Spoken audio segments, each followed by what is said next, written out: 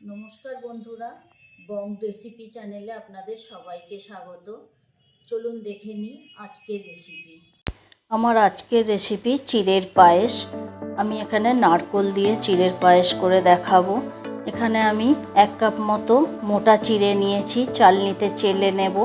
চিড়েতে প্রচুর ময়লা থাকে। এখানে আমি 1 মুঠো মতো মানে 50 গ্রাম কাজু, 50 গ্রাম কিশমিশ নিয়েছি। এবারে আমি গ্যাসে কড়াই চাপিয়ে দিয়ে 50 গ্রামের মতো ঘি ঢেলে দিলাম। ঘিটা গরম হলে কাজুটা ভেজে নেব, হালকাভাবে ভেজে নেব, খুব বেশি কাজুটা ভাজবো না। ওর মধ্যেই আমি কিশমিশটা দিয়ে ভেজে নিলাম। এবার এক এক করে আমি আস্তে আস্তে ভেজে তুলে নেব, খুব বেশি লাল করব না। এবারে আমি ওই ঘিয়ের মধ্যেই চিড়েটা মচমচে করে ভেজে নেব। চিড়েটা যাতে না লাল হয়, মিডিয়াম ফ্লেমে আমি ভেজে নেব মচমচে করে। খুব ভালোভাবে নাড়াচাড়া করে ভেজে নিতে হবে।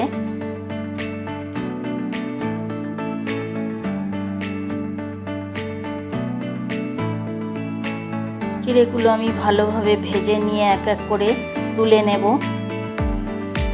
চিড়েটা হাত দিয়ে ফাটিয়ে দেখে নিলে বোঝা যাবে মচমচে হয়েছে। ওর মধ্যেই আমি ওই কড়াইতেই দুধ দিয়ে দিলাম, 1 লিটার দুধ দেব। যদি প্রয়োজন হয় আরও একটু দুধ দেওয়া যেতে পারে। এবারে আমি 6-7টা এলাচ, ছোট এলাচ ফাটিয়ে দিয়ে দিলাম, একটা তেজপাতা দিলাম। এবারে হাই ফ্লেমে দুধটা ফুটিয়ে নেব। দুধটা উবাল এসে গেলে এবারে আমি গ্যাসটা কমিয়ে দেব। মিডিয়াম ফ্লেমে দুধটা আমি 15 থেকে 20 মিনিট ভালোভাবে ফুটিয়ে নেব। এবারে আমি ওর মধ্যেই আধমালা নারকেল পুরনো আমি দিয়ে দিলাম। নারকেলটা দিয়ে বেশ খানিকক্ষণ ফোটাবো দুধটা। বারবার হাতা দিয়ে নেড়ে দিতে হবে যাতে না তলায় লেগে যায়, আর গা থেকে সরগুলো চেটে দিতে হবে। দুধটা ঘন করার জন্য আমি এখানে হাফ বাটি মতো মানে 100 গ্রামের মতো গুঁড়ো দুধ দিলাম। ফ্লেমটা কমানো আছে। দুধটা দিয়ে আমি ভালোভাবে মিশিয়ে নেব। আরও আমি মিনিট 10 ফুটিয়ে নিলাম দুধটা দিয়ে। এবারে ওই মাপের ওই বাটিতেই আমি চিনি দিয়ে দিলাম, সামান্য 1 পিঞ্চ নুন দিলাম। যে কোনো মিষ্টি জিনিসে একটু নুন দিলে স্বাদটা ভালো হয়। দুধটা ভালোভাবে ফুটিয়ে ঘন করে নেবার পর আমি ভেজে রাখা সব উপকরণ একত্রে দিয়ে দিলাম। ভালোভাবে নেড়ে নেব। এবারে উপর থেকে আরেকটু ঘি দিয়ে দেব সুগন্ধের জন্য। সব একসঙ্গে মিনিট 3 ভালোভাবে ফুটিয়ে নেব।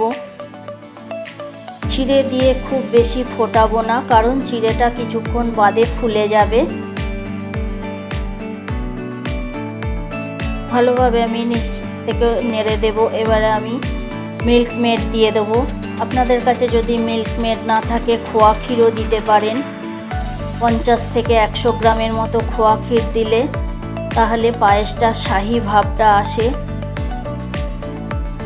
মিনিট 10 ফুটিয়ে নিলাম। এই রকম পাতলা থাকা অবস্থায় আমি গ্যাসটা নিভিয়ে দেব। খুব বেশি আর ফোটাবো না, কারণ চিড়েটা ফুলে উঠবে ঠান্ডা হলে। ভালোভাবে নিচ থেকে নাড়াচাড়া করে দেখুন আমার আজকে তৈরি। আমি একটা সার্ভিং বোলে ঠান্ডা হওয়ার পর বেড়ে দেখিয়ে দিলাম। আমার আজকের রেসিপিটা যদি আপনাদের ভালো লাগে অবশ্যই কমেন্ট করে জানাবেন, তাতে আমি উৎসাহিত হব। নমস্কার।